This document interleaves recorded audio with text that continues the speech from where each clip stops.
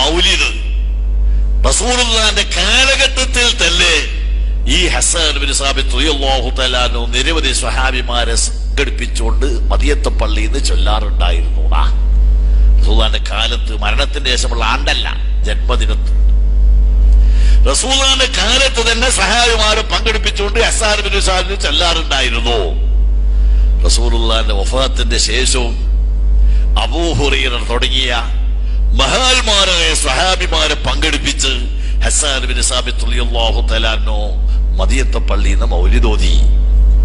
ഹജൗത മുഹമ്മദൽ ഫഅജബ്തു അൽഹു വഇൻദല്ലാഹി ഫിദാകൽ ജസാഉ ഹജൗത മുഹമ്മദൽ ബർറൻ തഖിയാ റസൂലുള്ളാഹി സീമത്തുൽ വഫാഉ.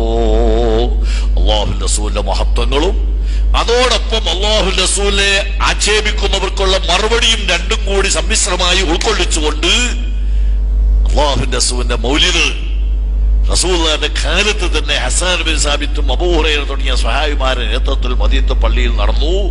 റസൂലുള്ളാഹിന്റെ വഫാത്തിന്റെ ശേഷം അതേ സംഭവം നടന്നു. സഹീഹുൽ ബുഖാരിയിലും സഹീഹ് മുസ്ലിമിലും ഉണ്ട് ഈ ഹദീസ്. സഹീഹ്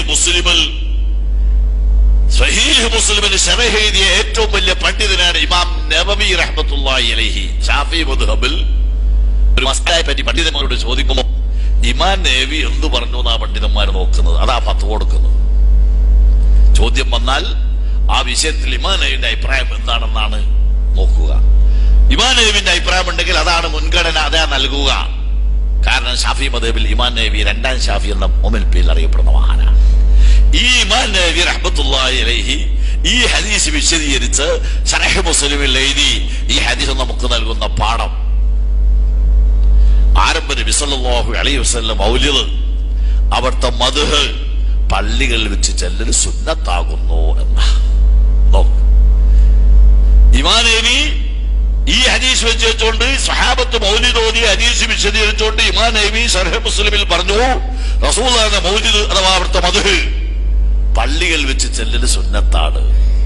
ഞാൻ ചോദിക്കട്ടെ, ബുഖാരിയും മുസ്ലിമും സ്വഹാബിമാർ റസൂലുള്ളാഹിന്റെ മൗലിദ് പാരായണം ചെയ്യലുണ്ടായിരുന്നുവെന്ന് ഹദീസ് കൊണ്ടുവരുന്നു. ഇമാം നബിയെ പോലത്തെ പണ്ഡിതന്മാര് ആ ഹദീസ് മനസ്സിലാക്കിക്കൊണ്ട് റസൂലുള്ളാഹിന്റെ മൗലിദും മദ്ഹും പള്ളിയിൽ വെച്ച് ചൊല്ലൽ സുന്നത്താണെന്ന് അവരെ ഗ്രന്ഥങ്ങൾ രേഖപ്പെടുത്തുന്നു. മുസ്ലിമീങ്ങൾക്ക് ഇനി വേറൊരു തെളിവിന്റെ ആവശ്യമുണ്ടോ ഈ വിഷയത്തിൽ?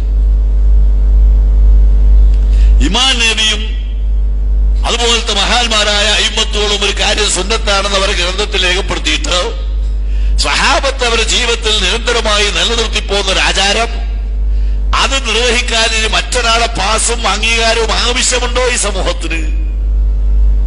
നാം അതാ ചിന്തിക്കേണ്ടത്. അതുകൊണ്ടാണ് ഈ മുസ്ലിം ഉമ്മത്ത് ഏത് കാലഘട്ടത്തിലും അതിന്റെ രൂപങ്ങൾ ചിലപ്പോൾ വ്യത്യാസമുണ്ടാകും. മുളഫർ രാജാവിന്റെ കാലത്ത് ചില രൂപങ്ങൾ ഉണ്ടാകും, ഫാക്കിഹാനിന്റെ കാലത്ത് വേറെ ചില രൂപമുണ്ടാകും.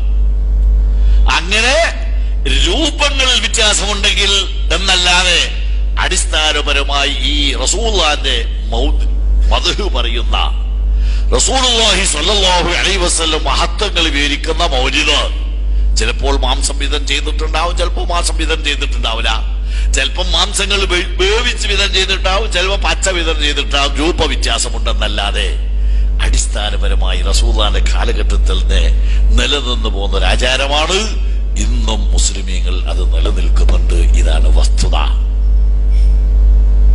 ബുദ്ധിപരമായി ചിന്തിച്ചാലും ലോകത്തിന് മുമ്പിൽ അള്ളാഹുവിന്റെ റസൂലിനെ പരിചയപ്പെടുത്തുകയും റസൂലുള്ളാഹിനെ ഓർമ്മിക്കുകയും റസൂലുള്ളാഹിന്റെ മഹത്വങ്ങൾ പറയുകയും ചെയ്ത് മനുഷ്യൻ സ്വന്തം ശരീരത്തിന്റെയും കേൾക്കുന്നവരുടെയും ഈമാൻ വർദ്ധിപ്പിക്കുക, ഇത് പറ്റില്ല എന്ന് പറയാൻ ഏത് മനുഷ്യന് കഴിയും? പ്രിയപ്പെട്ട സഹോദരന്മാരെ,